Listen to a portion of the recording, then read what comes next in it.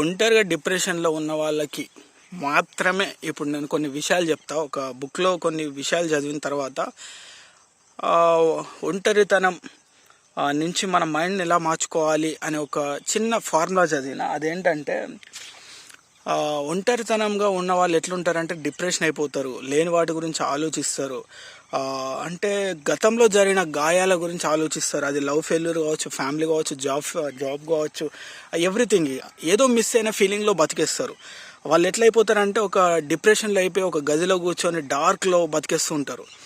So అలాంటి వాళ్ళకి ఒక వెలుతురు అనేది ఖచ్చితంగా ఇంపార్టెంటే.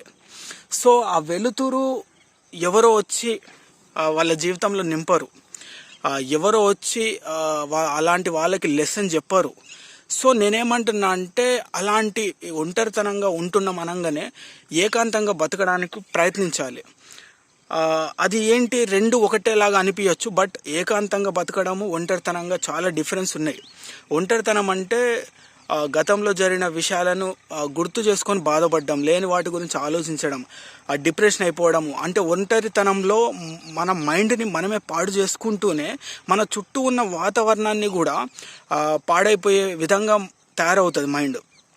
అదే ఏకాంతంగా బతకడం అంటే ఏంటంటే రియాలిటీలో బతకడం, ప్రశాంతంగా బతకడం, ఉన్న వాటి ప్రతి సిచ్యువేషన్ని యాక్సెప్ట్ చేయడం.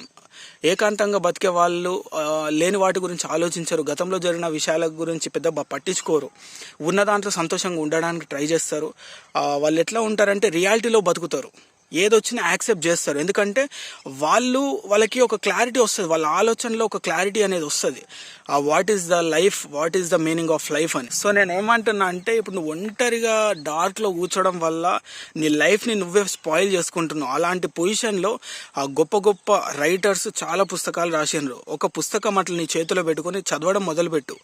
ఎందుకంటే ఒక పుస్తకం చదవడం వల్ల ఒక ఆలోచన మనము తెలుసుకోవడం, సో మన ఆలోచన మార్చుకునే ఒక అవకాశం ఉంటుంది.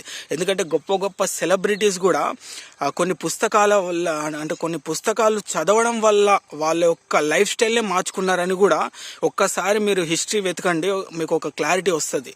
సో నేనేమంటున్నా అంటే డార్క్గా ఒంటరితనంగా బతికేటప్పుడు కాస్త పక్కన పెట్టేసి కొన్ని పుస్తకాలు తెచ్చుకొని చదవడం మొదలు పెట్టండి. మీ ఆలోచన మారుతుంది. ఎందుకంటే మనం ఒంటరితనాన్ని మనము మార్చలేం, బట్ ఏంటంటే డైవర్ట్ చేయొచ్చు, మన ఆలోచన వేరే సైడ్ మార్చుకోవచ్చు. నీ లైఫ్ డిప్రెషన్లో లేదా మెంటల్గా నీ మైండ్ పాడైపోతే నువ్వు లైఫ్ని ఒక సాటిస్ఫైగా నువ్వు లీడ్ చేయలేవు. సో ప్రశాంతంగా బతకడానికి ప్రయత్నించు, ఒంటరితనం నుంచి ఏకాంతంగా జీవించడానికి ట్రై చేయి. ఇందులో ప్రశాంతత ఉంటుంది. ఆధ్యాత్మికంగా నీ మనసు, నీ మైండ్ని మార్చుకోవచ్చు. నీ మైండ్ మారితే నీ వాతావరణం మారుతుంది. నీ ఆలోచన మారే కొద్దీ చూసే ప్రతిదీ కూడా చాలా అందంగా కనిపిస్తుంది, వాస్తవంగా కనిపిస్తుంది. బట్ నేనేమంటున్నా అంటే ఏదైనా యాక్సెప్ట్ చేయి.